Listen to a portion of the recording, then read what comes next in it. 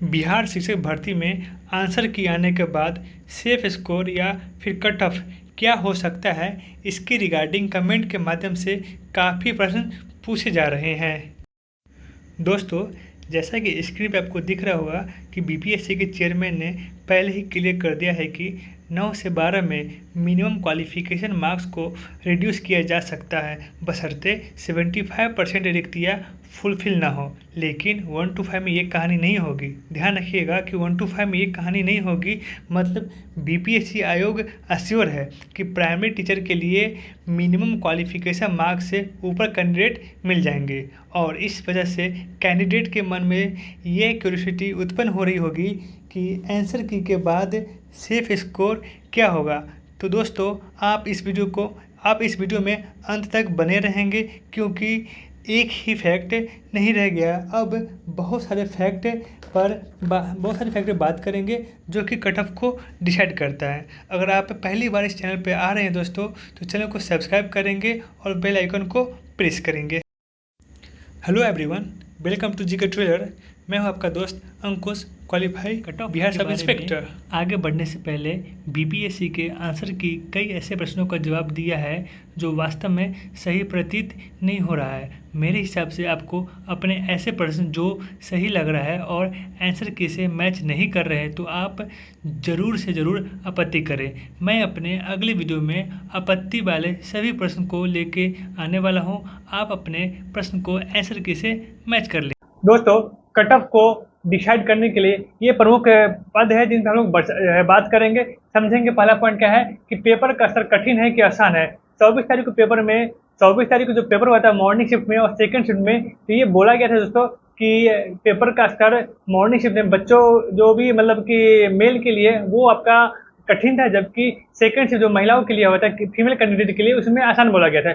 लेकिन ये समस्या अब समाप्त हो गई दोस्तों। अब क्या हो गया, बिहार सरकार ने बीपीएससी आयोग को यह आदेश दिया है कि अब जो रिजल्ट आपको दिया जाएगा वो नॉर्मलाइजेशन प्रक्रिया के तहत दी जाएगी। तो कहने का मतलब ये हो गया कि अगर आपका पेपर कठिन रहा तो आपके अंक 45-46 रहे तो आपका अंक ऑटोमेटिक 50 या 52 में हो सकता है, जबकि पेपर अगर आसान रहा तो आपके अंक बढ़ेंगे नहीं, उतना ही पर रुक जाएगा। तो ये पॉइंट आप समझ में आ रहा है दोस्तों। कट ऑफ निर्धारण करने में ये सब पॉइंट इंपोर्टेंट होती है। अब आते हैं दोस्तों, नंबर ऑफ कैंडिडेट कितने प्रेजेंट थे। कहने का मतलब हो गया कि जो 24 को, 25 को और 26 को पेपर हुआ था, उसमें दोस्तों कितने कैंडिडेट प्रेजेंट थे और कितने अब्सेंट थे। प्रॉपर तरीके से देखेंगे दोस्तों हम लोग इसको। फिर ये बीएड वाला बात आगे देखेंगे, पहले इसको समझ लेंगे कि एक पद पर कितना मतलब कितना कंपटीशन था। कहने का मतलब हो गया कि प्राइमरी में एक पद के लिए कितना आपका मारामारी था, सेकंड में क्या हो गया, मिडिल में कितना मारामारी था और थर्ड में कितना मारामारी था। अब समझेंगे दोस्तों,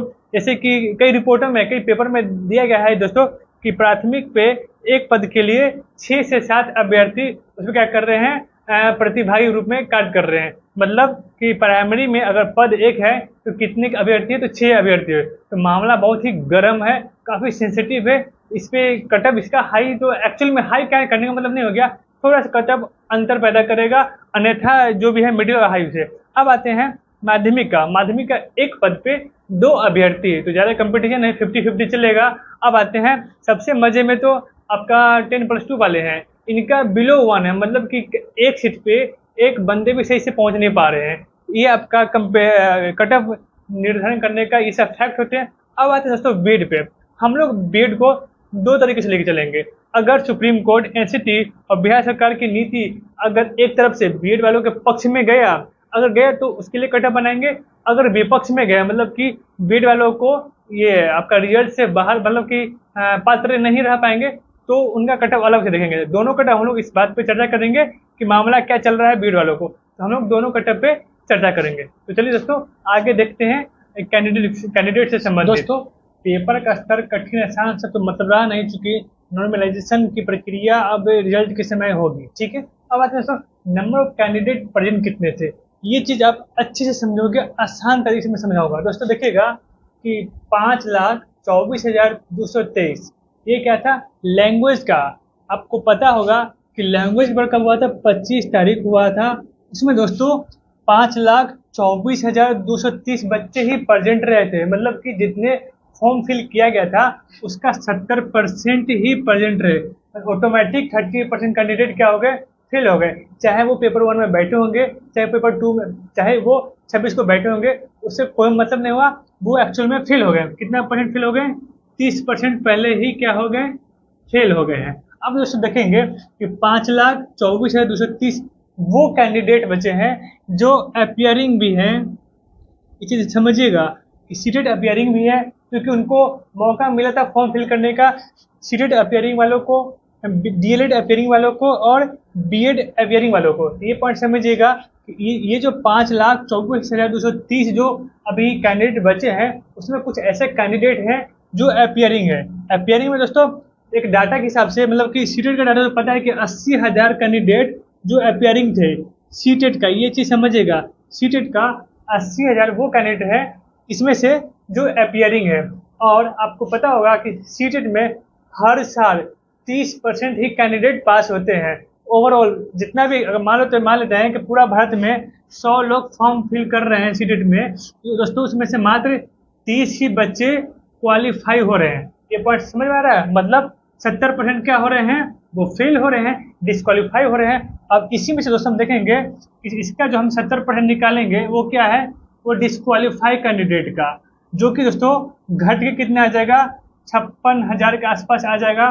तो 56,000 कैंडिडेट ऑलरेडी इसमें से तो फेल हो जाएंगे, डिस्क्वालीफाई हो जाएंगे, क्योंकि क्या वो सिटी तो क्वालिफाई नहीं किए। तो सबसे पहली बात, दोस्तों 56,000 जो कैंडिडेट ऑलरेडी फेल हो गए, जो घट कितना आता है, 4,68,230, मतलब कि जो सीटेट अपेयरिंग थे बच्चे, इसमें से वो 56,000 डिस्क्वालीफाई हो गए, सीटेट एग्जाम क्वालिफाई नहीं करवाए, वो घटाने के बाद कितना बचा रहा है, 4,68,230 कैंडिडेट अभी हमारे पास प्रेजेंट है। कैंडिडेट क्या है, ये हमारे पास अभी है। लेकिन एक चीज और समझिएगा, ये जो डीएलएड का अपियरिंग है और बीएड का अपियरिंग है, इसमें एक बात बोला गया था कि इनका एग्जाम 31 अगस्त 2023 या 2023 तक हो जानी चाहिए। 31 अगस्त 2023 तक एग्जाम हो जानी चाहिए, नहीं तो ये पात्र नहीं रहेंगे। पॉइंट समझ आ रहे हैं दोस्तों, कि अगर डीएलएड वाले पेपर अपेयरिंग हुए हैं और बीएड वाले भी अपेयरिंग हुए हैं और उनका एग्जाम 31 से पहले अगर हो गया तो वो एक्चुअल में अपेयर माने जाएंगे, लेकिन वो पात्र है, मतलब कि इस सेफ स्कोर में, मतलब कि वो टीचर बनने के योग्य पात्र हैं। लेकिन जिनका पेपर 31 अगस्त के बाद हुआ है वो तो पात्र नहीं रहे। तो ऐसे भी कई, मतलब कि यूपी के, चाहे मतलब कि एमपी में कुछ ऐसे मतलब कि कॉलेज थे जिनका एग्जाम 31 से बाद में हो रहा था, और उधर के कैंडिडेट बीपीएससी आयोग से रिक्वेस्ट करे थे कि सर एग्जाम का डेट कुछ आगे बढ़ा दीजिए, लेकिन आयोग ने पहले ही बोल रखा था कि मैं अपना डेट आगे नहीं बढ़ाऊंगा, अपने नियर टाइम पे ही करवाऊंगा। दोस्तों ये पॉइंट समझिएगा कि ऐसे कैंडिडेट जिनका पेपर 31 अगस्त के बाद हुआ हो, वो तो पात्र नहीं रहे, वो पात्र नहीं रहे हैं।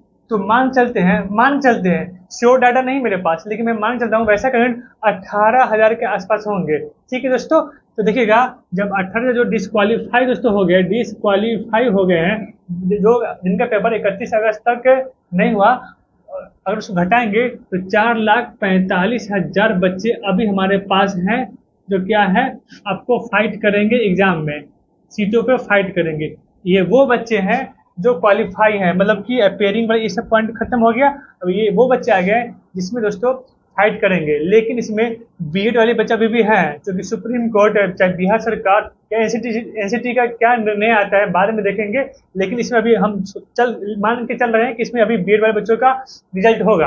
अब दोस्तों कई सर्वे हुआ है, ये यूट्यूब पे सर्वे हुआ है और पेपर में सर्वे हुआ है, उसमें रिजल्ट आया है कि सर्वे में 40% ऐसे बच्चे हैं जिनका स्कोर 40 से 45 रहा है। सर्वे देखिए, सर्वे ऐसा चीज़ है ना कि आप उसको 100% श्योर नहीं मान सकते, लेकिन आपको एक आइडिया बन जाएगा कि कितना कट ऑफ है, मतलब उसके आसपास का कट ऑफ कितना हो सकता है कि हिंट मिलती है। तो इसको श्योर नहीं मानेंगे, एक प्रयास था हर यूट्यूब से और मतलब और पेपर से कि क्या स्कोर रहने वाले, क्या कट ऑफ रहने वाले। दोस्तों तो देखिएगा 40% ऐसे कैंडिडेट हैं जिनका स्कोर 40 से 45 रहा है, 25% ऐसे कैंडिडेट है जिनका स्कोर 45 से 50 रहा है, 20% ऐसे कैंडिडेट है जिनका स्कोर 50 से 55 नंबर रहा है, और 10% ऐसे स्टूडेंट है जिनका 55 से 60 और 5% जिनका 60 प्लस है। ये आपका क्या था दोस्तों, कैंडिडेट का परसेंटेज के हिसाब से नंबर था। और एक चीज आप जानते हैं कि जब भी कोई एग्जाम का कट ऑफ बनता है तो वो 5% पर डिसाइड नहीं होता है, क्या होता है, डेंसिटी किस कहाँ पे ज़्यादा है। मतलब समझिएगा, कोई भी एग्जाम का रिजल्ट आ रहा है तो एक ऐसा नंबर होगा ना, एक ऐसा मतलब कि गुच्छा बनेगा जहाँ पे डेंसिटी सबसे ज़्यादा है, उसके आसपास में अगर नंबर आपका आ रहा है तो आप कट ऑफ के आसपास में रहेंगे। जैसे कि देखिएगा, इसमें सबसे डेंसिटी कहाँ पे मिल रहा है आपको, 40% पे डेंसिटी सबसे ज़्यादा है। मतलब 40 से 45 नंबर के बीच में क्या है, 40% क्या है आपका डेंसिटी है। तो कट ऑफ के आस कट ऑफ अगर बनेगा दोस्तों, इसी से 2 या 3 नंबर आगे पीछे बनेंगे दोस्तों। इस तरह से चलता है, जो मतलब ट्रेंड है चलने का वो ऐसा ट्रेंड है। लेकिन ये 100% श्योर नहीं, मैं पहले आपको बोल रहा हूँ दोस्तों कि ये 100% श्योर नहीं। अब दोस्तों चलते हैं हम लोग नेक्स्ट पड़ाव पे दोस्तों, और इसमें हम लोग देखेंगे कि शुद्ध रूप से कैंडिडेट कितने हैं। तो 4,45,000 इतने हमारे शुद्ध शुद्ध कैंडिडेट हैं। अब देखिए दोस्तों कि 1 to 5 में सीट कितनी है कुल। एक्चुअल में सभी यूट्यूबर ने इतने पे निकाला है, सात मतलब 79,943 पे कहीं का कटअप निकालेंगे। एक्चुअल में क्या ये डाटा सही है? नहीं सही है। मैं बताता हूँ कैसे सही नहीं है। 12,729 क्या है, बांग्ला और उर्दू, मतलब कि उर्दू के लिए कितने हैं तो 12,729 सीट है, और बांग्ला के लिए 148 सीट है। तो दोस्तों ये चीज़ समझिएगा कि आप बांग्ला तो आप पढ़ते नहीं है, नहीं जानते हैं, तो आप तो इस पर फाइट करोगे नहीं, नहीं इसे फाइट करोगे। जितने भी बांग्ला बड़े समुदाय के लोग हैं और जितने उर्दू समुदाय के लोग हैं, इनको सीट अगर निकाल देंगे तो शुद्ध रूप से एक्चुअल से आप लोग फाइट कर रहे हैं वो कितना सीट है, 67,066।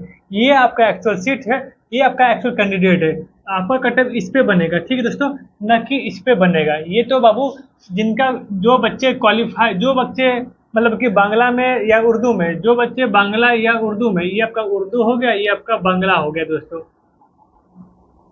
जो इसमें बैठे होंगे और अपना जिसका लैंग्वेज बांग्ला होगा, उर्दू होगा, वो मैं उनका कट ऑफ नहीं बनेगा, उनका सीधे बनेगा मेरिट लिस्ट बनेगा। क्यों? बस क्वालिफाई ही तो करना है इनको, बस क्या करना है, क्वालिफाई करना है अपने अपने लैंग्वेज में। क्वालिफाई करके सीधे उनको नौकरी मिलेगी। लेकिन सामान्य वर्ग में कितने सीट है, 67,066। एक्चुअल कैंडिडेट आपका कुछ इसमें से घट जाएंगे, मान सकते हैं कि 12-15 हज़ार, कुछ 12,000 के आसपास है, तो 13,000 कैंडिडेट घट जाएंगे। तो 4 और इसमें 13 घटाएंगे तो कितना आ जाएगा भाभी, 4 आ जाएगा, 3 हो जाएगा, 2 आ जाएगा। ये आपका एक्चुअल डाटा है। और एक्चुअल सीट कितना है, इतना सीट है दोस्तों, ठीक है। और प्राथमिक पे चलेंगे। प्राथमिक में दोस्तों सबसे ज़्यादा फाइट किस पे है, तो यूआर कैटेगरी में फाइट है। आपको पता ही होगा यूआर कैटेगरी में सबसे फाइट हो कैसे, अदर स्टेट का, एमपी यूपी झारखंड का लड़के या लड़कियां कहाँ जाएंगी, तो यूआर में जाएंगी। और जो बिहार, खुद बिहार का यूआर में वो जाएगा, यूआर में जाएगा। और जो रिजर्व कैटेगरी जैसे ओबीसी हो गया, ईडब्ल्यूएस हो गया, एससी हो गया, एसटी हो गया, और इनका नंबर यूआर के कट ऑफ इतना हो गया, उससे सरप्लस कर गया, तो सीधे अपने कैटेगरी छोड़ के सीधे जाएंगे कहाँ पे, वो यूआर में फाइट करेंगे। जैसे मान लेते हैं कि यूआर का आपका कट ऑफ बनता है 60 नंबर, तो 60 इसको भी लाना होगा, 60 इसको भी लाना होगा। लेकिन जो रिजर्व कैटेगरी है, अब किसी एससी का 70 नंबर आ रहा है दोस्तों, तो ये अपने कैटेगरी को छोड़ के सीधे कहाँ पे, वो यूआर में फाइट करेगा। तो चीज़ें समझ में आ रहा है आप लोगों को, सबसे एक्चुअल फाइट कहाँ पे है, तो इसी में फाइट है। ये पॉइंट समझ में आ रहा है, यूआर में सबसे ज़्यादा फाइट है, कट ऑफ हाई सिर्फ इसी कैटेगरी में जाएगा, बाकी किसी में नहीं जाएगा। अब आते हैं दोस्तों, देखेंगे सेफ स्कोर बीएड के साथ। जो अभी बीएड वाले धारक हैं, अगर सुप्रीम कोर्ट निर्णय देती है कि बीएड वाले भी प्राथमिक स्तर में रह सकते हैं, तो उनका कटअप देखेंगे। और एक ऐसा कटअप जो बिना बीएड का होगा, मतलब बीएड वाले आपके बाहर हो चुके हैं हमारे इस कार्यकलाप से, तो उसके बारे में हम लोग कटअप देखेंगे। देखते हैं दोस्तों कटअप कितना जाने वाला है हम लोग को। सबसे पहले चर्चा करते हैं यूआर का कितना रहने वाला है। पहले मैं बोल रहा हूँ, ये वो कटअप है जिसमें बीएड वाले सम्मिलित होंगे, ठीक है दोस्तों। तो देखेंगे पहला कटअप का कितना जाना चाहिए, 65 से 70 नंबर। ये मैं फिर से दोहरा रहा हूँ कि ये वो कटअप बन रहा है दोस्तों जिसमें बीएड वाले सम्मिलित हैं। ये मेल का, इधर फीमेल का होगा। फिर फीमेल में दोस्तों कितना जाएगा, तो 60 से 65, ठीक है। ईडब्ल्यूएस में कितना जाएगा दोस्तों, देखते हैं, 60 से 65, ये जाएगा आपका 55 से 60 जाएगा। अब आते हैं ओबीसी में। ओबीसी में क्या जा रहा है दोस्तों, तो 62 से क्या जा रहा है, 66 64 जाएगा। फिर देखेंगे आपका ओबीसी महिला में कितना जाएगा, तो 57 नंबर से कितना जाएगा, 60 जाएगा। अब दोस्तों ईबीसी में आते हैं। ईबीसी कितना जा रहा है, तो 59 से 62 जा रहा है दोस्तों, जबकि इधर आपको कितना जाएगा दोस्तों, 53 से 56 जाएंगे। अब आते हैं एससी में आते हैं। एससी कितना जाएगा, तो 55 नंबर जाएंगे आपका, 55 से 58 जाएंगे मेल में, जबकि फीमेल में दोस्तों कितना जाएगा आपका 49 से 52 जाएगा। अब आते हैं एसटी में आता है, ये 43 से 48 जाएगा, जबकि फीमेल में कितना जाएगा दोस्तों, तो 40 से 43।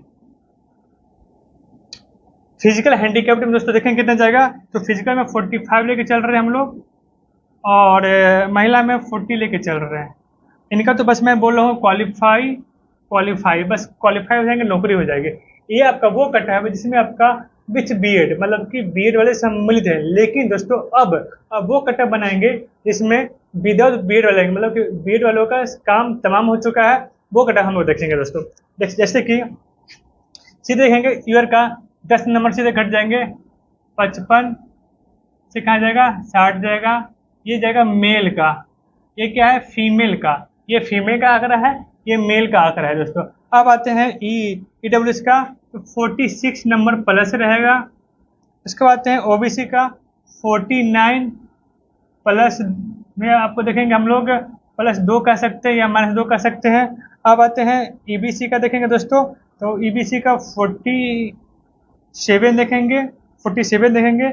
एससी का देखेंगे 45 देखेंगे दोस्तों, और एसटी को क्वालिफाई बोलेंगे, यहाँ पे क्वालिफाई बोलेंगे, एक्समैन भी यहाँ पे क्वालिफाई बोलेंगे, कोई दिक्कत नहीं है।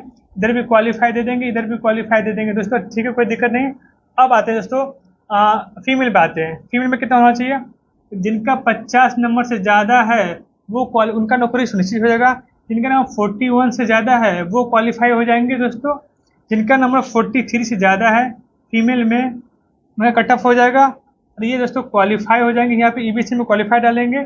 40 नंबर जिनका आ रहा है दोस्तों, वो क्या हो जाएगा, बिना बीएड वालों में उनका अगर नंबर इतना आ रहा है, बीएड वाले अगर बाहर हो रहे हैं और आपका नंबर इतना आ रहा है, तो आप अब तैयारी अच्छे से कर सकते हैं, किसका, नौकरी पाने का दोस्तों।